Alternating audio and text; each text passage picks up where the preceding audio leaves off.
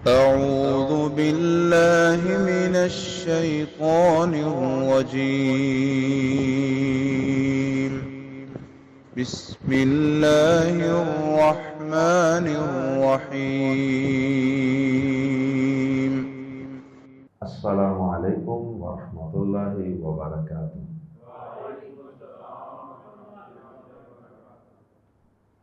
سورۃ الحج آیت نمبر 23 سے 25۔ ان الحمد للہ والصلاۃ والسلام علی رسول اللہ اما بعد۔ اعوذ باللہ السمیع العلیم من الشیطان الرجیم من ہمزہ ونفخہ ونفثہ۔ ان اللہ يدخل الذین آمنوا وعملوا الصالحات جنات تجری من تحتها الانہار يحلون فيها من أساور من ذهب ولؤلؤا ولباسهم فيها حرير وهدوا إلى الطيب من القول وهدوا إلى صراط الحميد۔ إن الذين كفروا ويصدون عن سبيل الله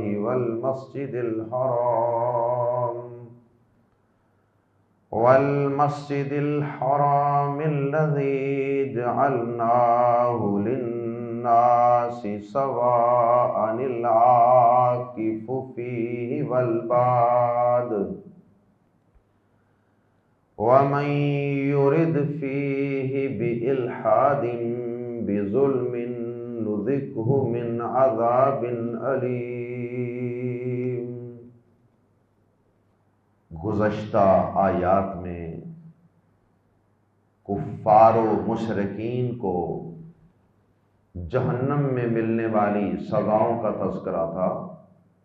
پہلی دو آیات میں اللہ رب العزت نے اہل ایمان کو ملنے والی نعمتوں کا تذکرہ فرمایا۔ اہل ایمان جو در حقیقت اہل توحید ہوتے ہیں، اللہ رب العزت نے ان کو جنت میں ملنے والی کچھ نعمتوں کا تذکرہ فرمایا۔ اصل تو جنت کی نعمتیں وہی ہیں جن کے متعلق اللہ رب العزت نے قرآن مجید میں فرمایا کہ وَلَكُمْ فِيهَا مَا تَشْتَهِي، اور تمہارے لیے اس میں وہ کچھ ہوگا جو تم مانگو یا جس کی تم خواہش کرو۔ سورہ سجدہ میں اللہ پاک نے اسی جنت اور اس کی نعمتوں کے متعلق یہ بھی فرمایا فَلَا تَعْلَمُ نَفْسٌ مَا أُخْفِيَ لَهُم مِّن قُرَّةِ أَعْيُنٍ۔ اللہ اکبر۔ پس کوئی شخص نہیں جانتا کہ ان کے لیے آنکھوں کی ٹھنڈک میں سے کیا کچھ چھپا کر رکھا گیا۔ جنت کے اندر انسانوں کی، جنتیوں کی آنکھوں کی ٹھنڈک کے لیے، ان کے دل کے قرار اور سکون کے لیے اللہ پاک نے کیا کیا کچھ چھپا کر رکھا ہے، یہ کوئی نفس نہیں جانتا، کوئی انسان نہیں جانتا۔ لیکن پھر بھی جب کافروں کو ملنے والی سزاؤں کا اللہ پاک کچھ نہ کچھ تذکرہ فرماتے ہیں، سزاؤں کا احاطہ بھی کرنا ممکن نہیں، تھوڑی بہت اس کی اللہ پاک منظر کشی فرماتے ہیں کہ تاکہ انسان کو کچھ نہ کچھ اس کی وعید حاصل ہو، اور اسی طرح اللہ پاک کچھ نہ کچھ جنت کی نعمتوں کا بھی تذکرہ کر دیتے ہیں تاکہ اہل ایمان کو کچھ نہ کچھ شوق تو پیدا ہو کہ وہ کس قسم کی نعمتیں ہوں گی۔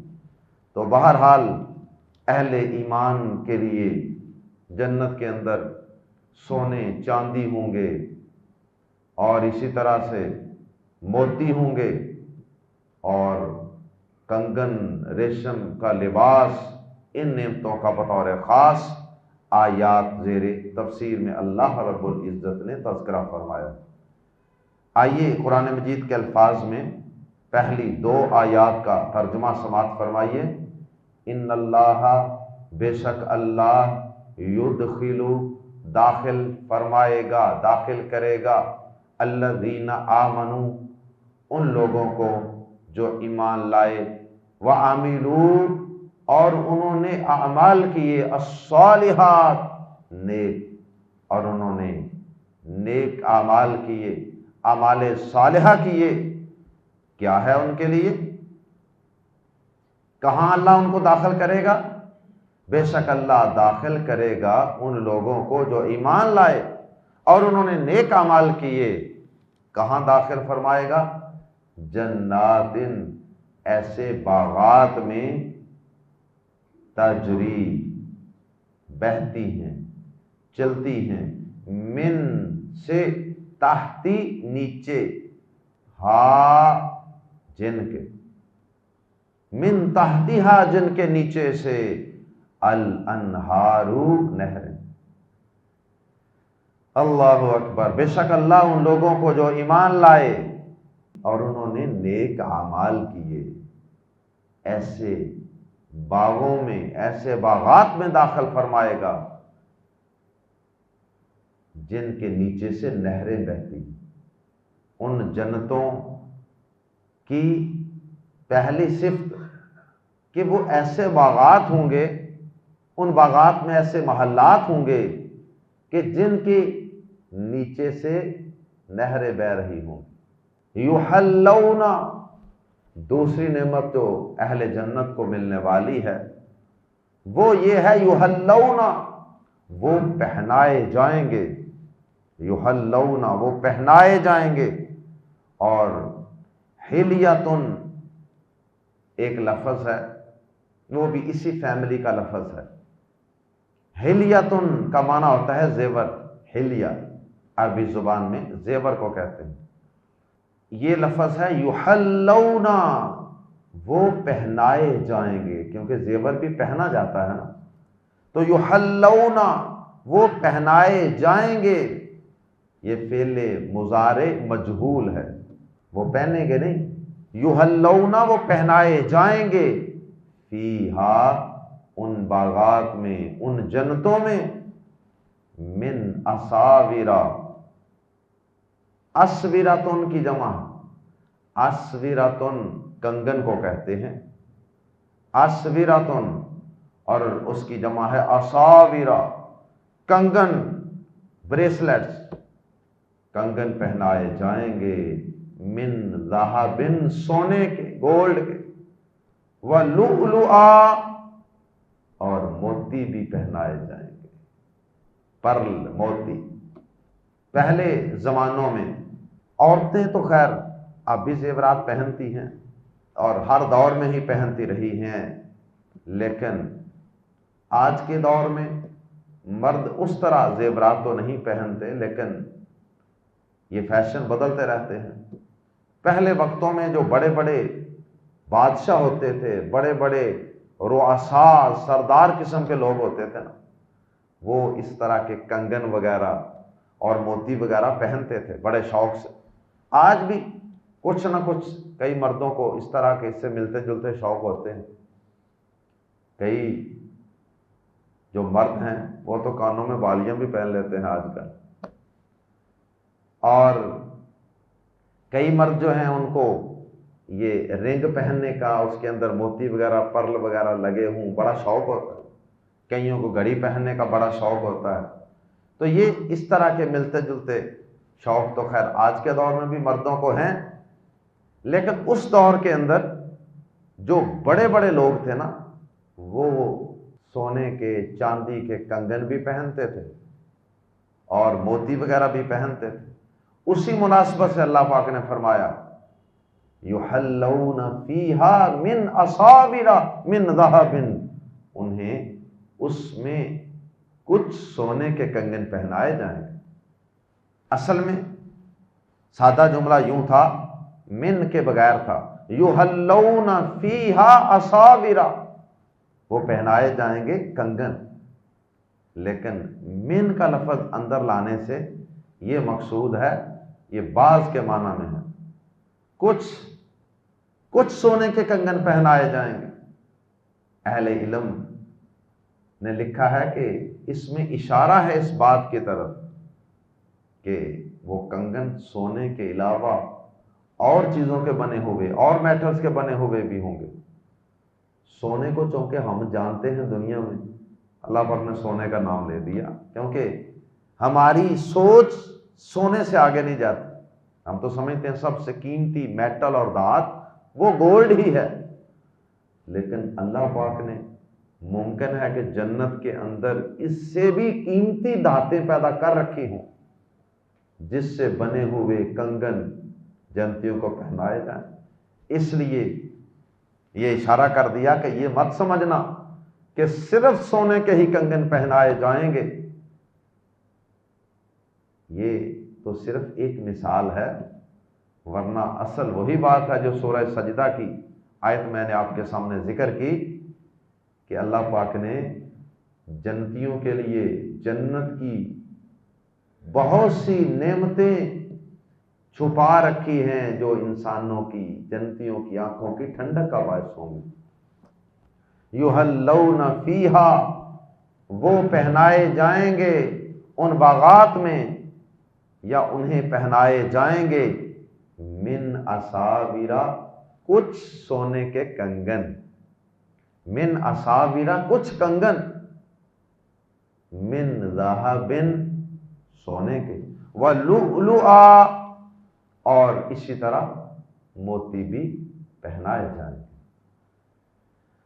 ولباسہم اور وہ موتی پتہ نہیں کہاں کہاں لگے ہوں گے، کس شکل میں پہنائے جائیں گے، اس کی تفصیل نہیں اللہ پاک نے بیان فرمائی، وہ کس کس چیز کے اوپر فٹ کیے ہوں گے، کہاں کہاں لگا کے کیا کیا کچھ پہنایا جائے، ولؤلؤا اور موتی بھی، ولباسہم اور ان کا لباس، فیہا ان جنتیوں کا لباس، ان ایمان والوں کا، اعمال صالحہ کرنے والوں کا لباس، فیہا اس میں یا ان میں، جنتوں میں کیا ہوگا، حریر، ریشمی، حریر ریشم کو کہتے ہیں، خالص ریشم، حریر سلک کہتے ہیں انگلش میں، وَلِبَاسُهُمْ فِيهَا حریر، اور ان کا لباس وہاں ریشم ہوگا۔ اور دنیا کے اندر اللہ پاک نے ریشم ایمان والے مردوں کو منع کر رکھی ہے، عورتیں تو پہن سکتی ہیں، یا مرد جو ہیں وہ بھی تھوڑی بہت مکس حالت میں کوئی بیماری ہو، خارش وغیرہ تو اس کے لیے پہن سکتے ہیں، تو خالص ریشم تو بالکل ہی منع ہے۔ اللہ اکبر، نبی پاک صلی اللہ علیہ وسلم کا فرمان بھی ہے، آپ نے فرمایا من لبس الحریر فی الدنیا، جس نے دنیا کے اندر ریشم پہنا، فلن یلبسہ فی الآخرہ، تو وہ اسے آخرت میں نہیں پہنے گا۔ ظاہر ہے کہ جس نے دنیا کے اندر اللہ کی نافرمانی کر کے اس کو پہن لیا، پھر اس کو جنت کے اندر یہ نعمت نہیں ملے گی۔ اسی طرح جس نے دنیا کے اندر گندی غلیظ شراب پی لی، تو اس سے پھر جنت کی شراب طہورہ نہیں پلائی جائے گی۔ بعض اہل علم نے یہاں پچھلی آیات جو کفار و مشرکین کو ملنے والے عذاب کے متعلق تھی نا، ان آیات کا ان آیات کے ساتھ موازنہ بھی کیا کہ اللہ پاک نے کیا خوبصورت انداز سے منظر کشی کی ہے اہل ایمان کو ملنے والی نعمتوں کی، کہ جو کافروں کو عذاب ملیں گے جن کا گزشتہ آیات میں تذکرہ ہے، ان کو ملنے والے ہر عذاب کے مقابلے میں اللہ پاک نے اہل ایمان کو، اہل جنت کو ملنے والی کسی نہ کسی اس سے ملتی جلتی نعمت کا تذکرہ کیا۔ مثال کے طور پہ آیات زیر تفسیر پہ غور کیجئے، 5 چیزوں کا موازنہ یہاں کیا گیا ہے۔ سب سے پہلی یہاں اللہ پاک نے جو بات کی ہے وہ ہے یدخل الذین آمنوا، یہاں الذین آمنوا اور وہاں تھا الذین کفروا، یہ پہلا فرق۔ اس کے بعد نعمتوں کا فرق، یہ تو تھا نا گروہوں کا فرق۔ دوسرا فرق یہاں اللہ پاک نے کیا فرمایا؟ پہلی نعمت تجری من تحتها الانہار، ان کے نیچے سے نہریں بہ رہی، اور وہاں کیا فرمایا تھا؟ یصب من فوق رؤوسہم الحمیم، ان کے سروں کے اوپر کھولتا ہوا گرم پانی ڈالا جائے، ان کے سروں پر کھولتا ہوا گرم پانی ڈالے جانے کا ذکر تھا، اس کے مقابلے میں اہل ایمان کے نیچے سے جنت کی نہریں ٹھنڈے پانی والی گزر رہی ہوں۔ کتنا فرق ہے، بالکل متضاد۔ یہاں اللہ پاک نے اہل جنت کے لیے جس نعمت کا تذکرہ کیا وہ ہے وَلِبَاسُهُمْ فِيهَا حَرِيرٌ، اور ان کے لیے ریشم کا لباس ہوگا۔ اور وہاں اس کے مقابلے میں قُطِّعَتْ لَهُمْ ثِيَابٌ مِّن نَّارٍ،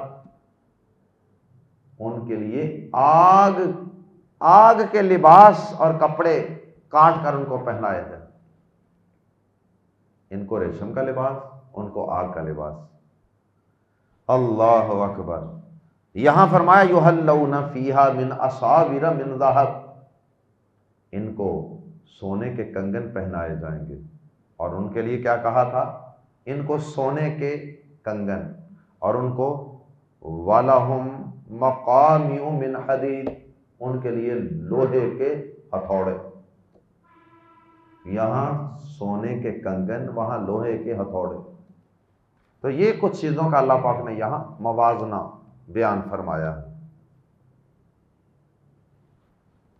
وَهُدُوا، اور انہیں ہدایت کی گئی، إِلَى الطَّيِّبِ، پاکیزہ کی طرف، مِنَ الْقَوْلِ، بات، إِلَى الطَّيِّبِ، پاکیزہ کی طرف، مِنَ الْقَوْلِ، بات میں سے۔ طیب لباس بھی ہو سکتا ہے نا، انسان بھی ہو سکتا ہے، بات بھی ہو سکتی ہے، اس لیے وضاحت فرما دی إِلَى الطَّيِّبِ مِنَ الْقَوْلِ وَهُدُوا، اور انہیں ہدایت کی گئی۔ ہدایت سے ہے ہدا یہدی، ہدایت اسی سے ہے۔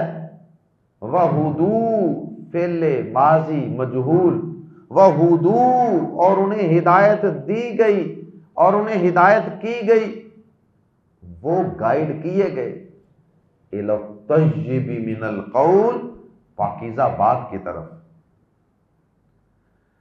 اللہ اکبر۔ اور اس سے مراد کلمہ طیبہ، کلمہ توحید، لا الہ الا اللہ، کہ ان ایمان والوں کو کلمہ طیبہ لا الہ الا اللہ، کلمہ توحید کی توفیق عطا فرمائی گئی، ان کی رہنمائی اس طرف کی گئی، ان کے دلوں کو توحید کی طرف پھیرا گیا تھا، انہیں توحید کو اپنانے کی توفیق دی گئی تھی۔ اللہ اکبر۔ وَهُدُوا، اور انہیں ہدایت کی گئی تھی، إِلَى صِرَاطِ الْحَمِيدِ، تمام تعریفوں کے مالک کے راستے کی طرف۔ الحمید کا معنی ہر قسم کی حمد و ثنا اور تعریف کے لائق، اور صراطی راستہ، صراط الحمید، صراط الحمید، حمید الحمید اللہ پاک کا نام ہے، اللہ پاک کا اسم مبارک ہے، تو صراط الحمید کا معنی تمام تعریفوں والے رب کے راستے کی طرف انہیں ہدایت دی گئی تھی، ان کی رہنمائی کی گئی تھی۔ اس سے مراد اسلام قبول کرنے کی ان کو توفیق دی گئی، رہنمائی کی گئی تھی ان کی، اسلام کا راستہ انہوں نے اختیار کر لیا، اور توحید کا عقیدہ انہوں نے اپنا لیا، دونوں چیزوں کی طرف اللہ پاک نے ان کو ہدایت دی تھی، اس کے نتیجے میں ان کو یہ جنت کی نعمتیں اللہ پاک نے عطا کی۔ اللہ اکبر۔ اور اللہ پاک کسی کو اسی چیز کی طرف ہدایت دیتا ہے، گائیڈ کرتا ہے، چلاتا ہے جس کی طرف انسان خود چلنا چاہتا ہے۔ اللہ پاک نے قرآن مجید میں فرمایا نُوَلِّهِ مَا تَوَلَّى، ہم انسان کو اسی رستے کی طرف چلا دیتے ہیں جس طرف وہ خود چلنا چاہتا ہے۔ جس طرف وہ چلنا چاہتا ہے نا، ہم بھی اس کے لیے وہ رستہ آسان کر دیتے ہیں، کیونکہ دنیا دارالامتحان ہے نا۔ برائی کی طرف چلنا چاہیں گے، کوشش کریں گے، سوچیں گے، پلاننگیں کریں گے تو اللہ تعالیٰ برائی کے رستے بھی کھول دیں گے۔ نیکی کے لیے کوشش کریں گے، اللہ نیکی کے رستے کھول دیں گے۔ اللہ اکبر۔ ایک تو وَهُدُوا إِلَى الطَّيِّبِ مِنَ الْقَوْلِ کا یہ معنی ہے نا کہ دنیا میں انہیں کلمہ طیبہ، کلمہ توحید کی طرف ہدایت دی گئی تھی، اور دوسرا اس کا معنی یہ بھی ہے کہ انہیں جنت کے اندر بھی جا کر اللہ پاک جس طرف جنت میں لے جائیں گے نا، وہاں طیب بات ہی ہوگی، وہاں پاکیزہ باتیں ہی ہوں گی، وہاں سلامتی کی دعائیں ہوں گی، وہاں اللہ پاک کی حمد و ثنا کے اور اس کی تسبیحات کے کلمے ہی بلند ہو رہے ہوں گے۔ وہاں کوئی لڑائی، کوئی جھگڑا، کوئی بکواس، کوئی فضول بیہودہ بات نہیں ہوگی، بلکہ وہاں خوبصورت باتیں، طیب باتیں، پاکیزہ باتیں، خوبصورت باتیں ہوں گی، جیسا کہ اللہ پاک نے قرآن مجید میں کئی مقامات پہ اس کی طرف اشارہ کیا ہے۔ لا يسمعون فیہا لغوا ولا تأثیما، وہ جنت میں جنتی کوئی لغو بات اور کوئی گناہ والی بات نہیں سنیں گے، الا قیلا سلاما سلاما، مگر وہاں صرف ایک ہی بات سنیں گے، ہر طرف سلام سلام، سلامتی کی باتیں ہو رہی ہیں، سلامتی کی دعائیں۔ اللہ کی طرف سے بھی جنتیوں کے لیے سلامتی کا پیغام، اور جنتی بھی ایک دوسرے کو السلام علیکم السلام علیکم، سلامتی ہو تم پر، امن ہو تم پر، یا پھر اللہ پاک کی حمد و ثنا کی وہاں باتیں ہو رہی ہوں گی۔ وآخر دعواہم ان الحمد للہ رب العالمین، یہ بھی سورہ یونس میں اللہ پاک نے بیان کیا۔ سورہ یونس میں اللہ نے کیا بیان کیا؟ دعواہم فیہا سبحانک اللہم وتحیتہم فیہا سلام، ان کی دعا ان میں جنتوں میں یہ ہوگی، پاک ہے تو اے اللہ، وتحیتہم فیہا سلام، اور ان کی آپس کی دعا ان باغات میں، ان جنتوں میں کیا ہوگی؟ سلامتی۔ وآخر دعواہم ان الحمد للہ رب العالمین، اور ان کی دعاؤں کا خاتمہ اور اینڈ یہ ہوگا الحمد للہ رب العالمین۔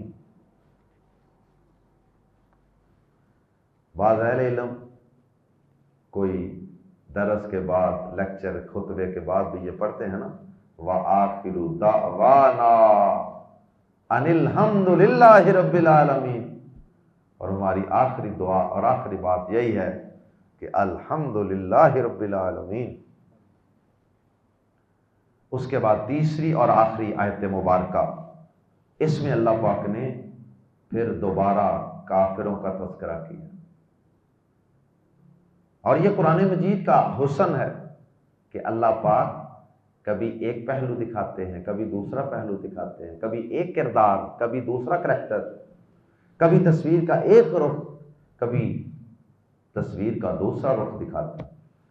کافروں کے متعلق اللہ پاک نے آخری آیت مبارکہ میں یہ بیان فرمایا کہ یہ کافر لوگوں کو، ایمان والوں کو اللہ کی راہ سے تو روکتے ہی ہیں، اسلام سے، پیارے نبی صلی اللہ علیہ وسلم کے پاس بیٹھنے سے، آپ کی بات سننے سے، آپ پر ایمان لانے سے، اس کے ساتھ ساتھ بطور خاص ان کی ایک جو سب سے بری کرتوت ہے وہ یہ ہے کہ یہ اللہ کے گھر، مسجد حرام سے بھی لوگوں کو روکتے ہیں، وہاں یہ کسی کو نماز نہیں پڑھنے دیتے، کسی کو اللہ کا ذکر نہیں کرنے دیتے، کسی کو عمرہ کرنے کے لیے آئے تو اس کو روک دیتے ہیں۔ جیسے مسلمانوں کو ہجرت سے پہلے بھی کافر نماز پڑھنے سے روکتے تھے، جیسے سورۃ العلق میں ذکر ہے کہ نبی صلی اللہ علیہ وسلم کو وہاں نماز پڑھنے سے کافر روکتے تھے، آپ کے اوپر اجری بھی پھینکی گئی تھی اونٹ کی۔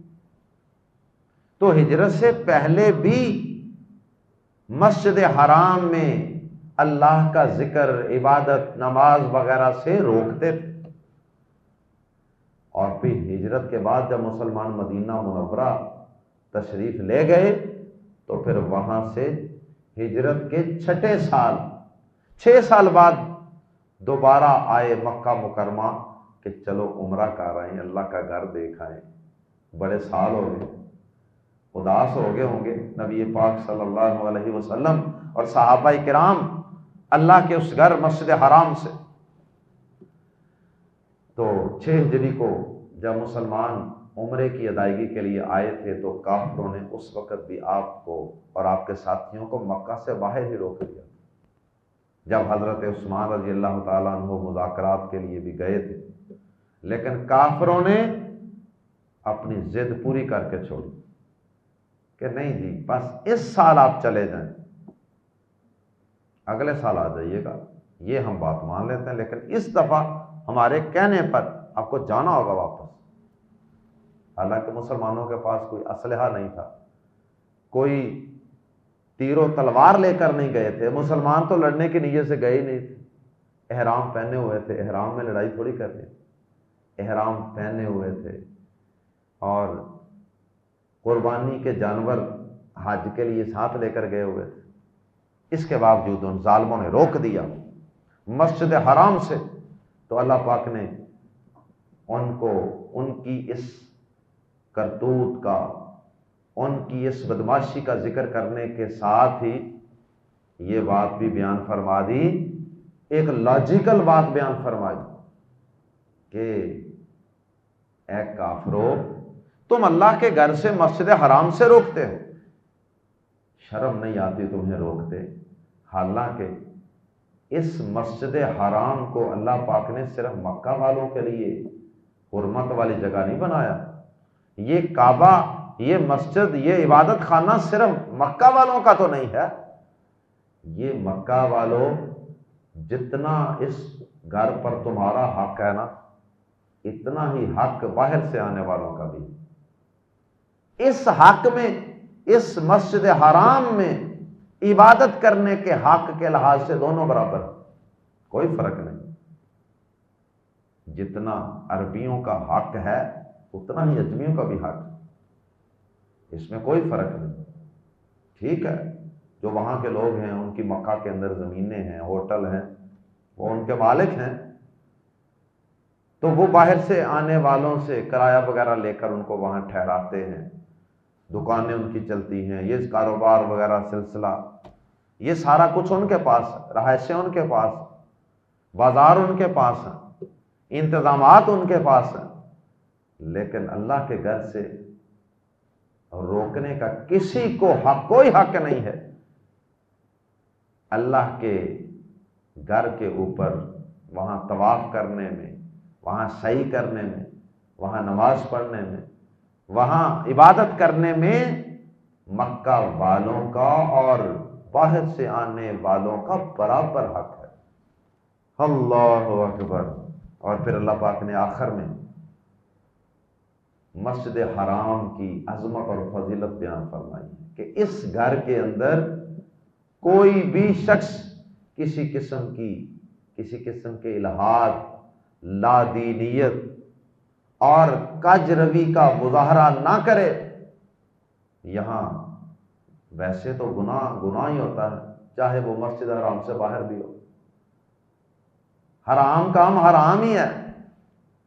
گناہ کرنا، کوئی سگریٹ پیتا ہے، کوئی نشہ کرتا ہے، کوئی شراب پیتا ہے، کوئی داڑھی منڈواتا ہے، کوئی احرام کی پابندیوں کو توڑتا ہے، کوئی گالی گلوچ کرتا ہے، کوئی لڑائی جھگڑا کرتا ہے، کوئی بھی کام کسی غیر محرم عورت کو بری نظر سے، بری نیت سے دیکھتا ہے، یہ سارا کچھ حرام ہے، ہر جگہ ہی حرام، لیکن اللہ کے گھر کے پاس تو اس کی حرمت ان سارے حرام کاموں کا گناہ اور بڑھ جاتا ہے۔ باہر تو کوئی کام کرنا حرام ہے، اللہ پاک نے آیت زیر تفسیر میں فرمایا کہ جو اس میرے گھر کے پاس کسی الحاد کا، کسی بے دینی کے، نافرمانی کے کام کا صرف ارادہ ہی کر لے گا نا، ارادہ ہی کیا نہیں، صرف ارادہ ہی کر لے، تو میں اس کو دردناک سزا دوں گا۔ اللہ کے گھر کے پاس کسی گناہ کا سوچنا بھی گناہ، اتنی حرمت اللہ پاک نے اس گھر کی رکھی۔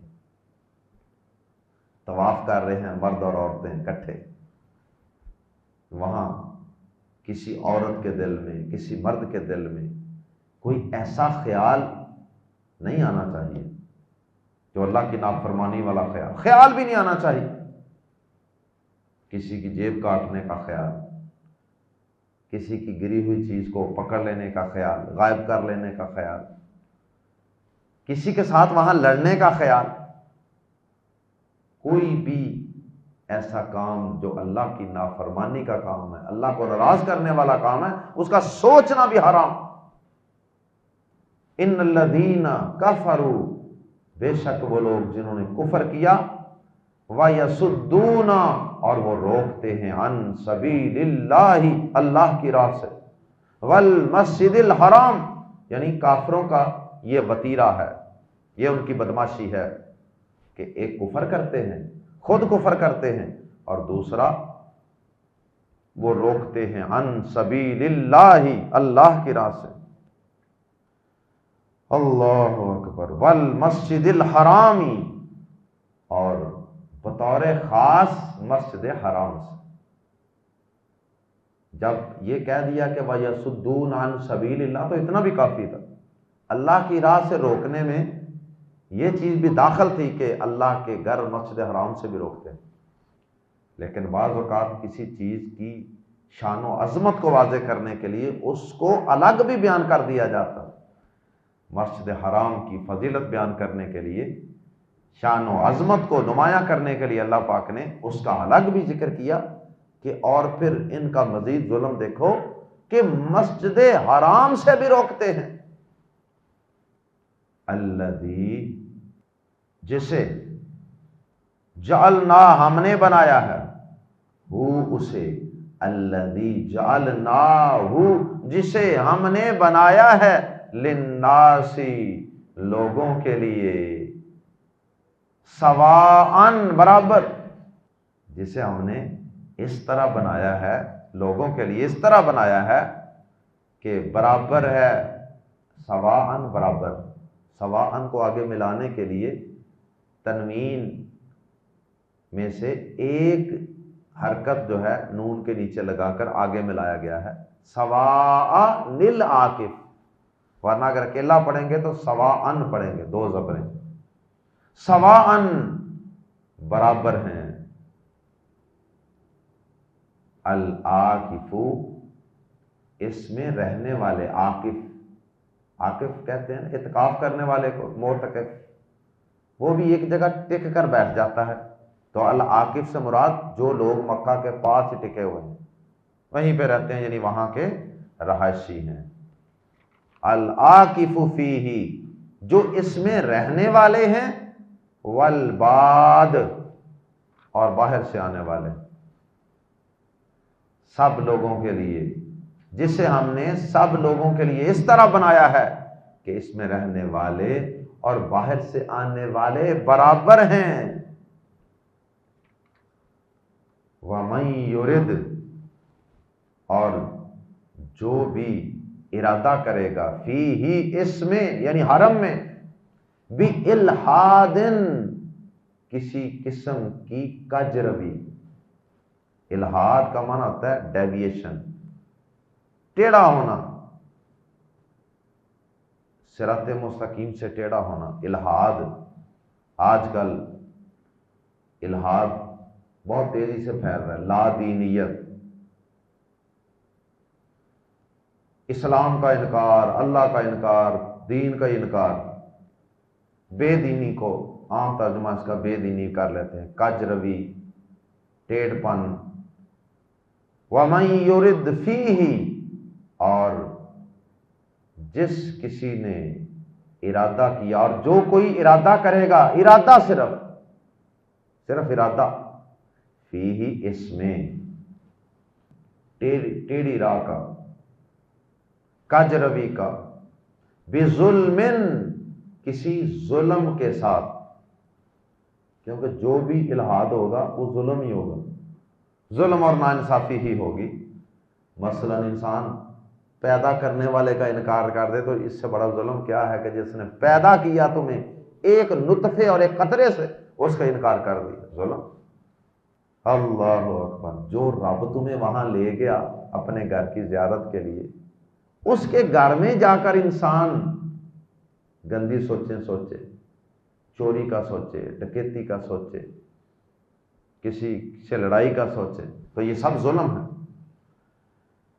تو مزید تاکید کے لیے اللہ پاک نے الحاد کے ساتھ ظلم کا لفظ بھی بول دیا ہے۔ وَمَن يُرِدْ فِيهِ بِإِلْحَادٍ، اور